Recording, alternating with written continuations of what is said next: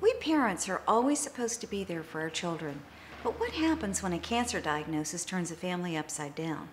We're not only dealing with the harsh reality of cancer, but also with how to protect, yet be honest with our children.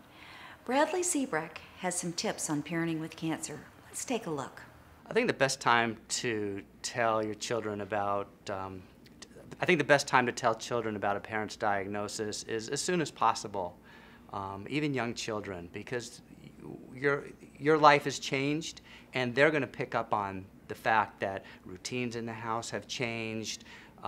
They're sensitive to emotional ups and downs within the house.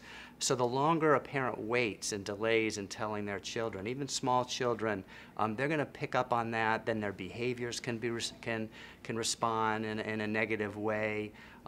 They sense it. So communicating to children about the cancer, about mom or dad is sick, being able to communicate in a way that's appropriate for an age level. I think it's important to remember again that kids need they need to feel as normal of a life as possible.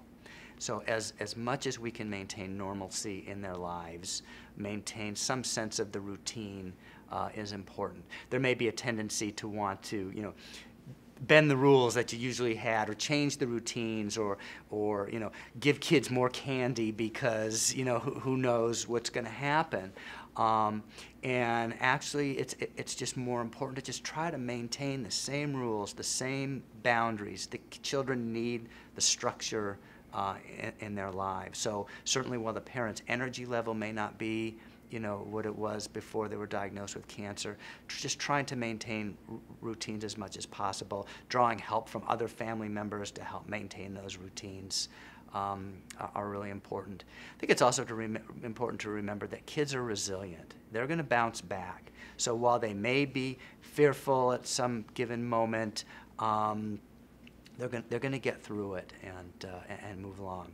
So children may wonder about why you got cancer or how you got cancer, and may even feel like it's something that they did or didn't do that led to you having had cancer. It's certainly a normal thought for young children, and yet as a parent, you don't want your kid to think that that something that they might have done. So, in engaging them in conversations about it, asking the question, "Do you wonder how I got cancer or why I got cancer?"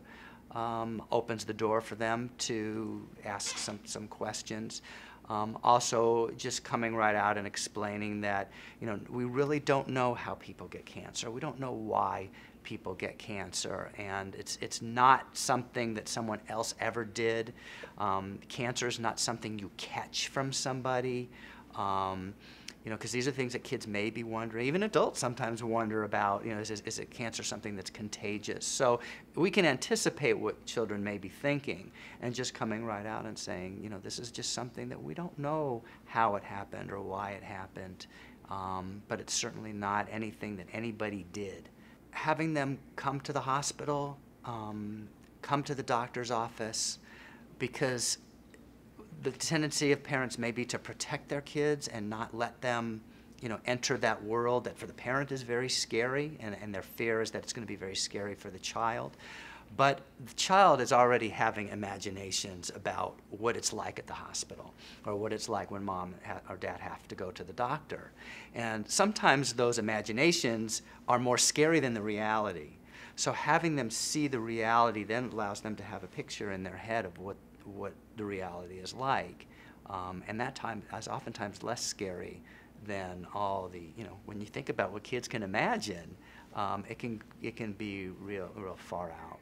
And then again, following up with, so what was it like to go to the hospital with me today, or what was it like when you came to visit me in the hospital? What did you see? Just engaging them in a conversation to talk about what it was like. I think it's important to communicate to the children that no matter what happens, you love them, and you will always love them.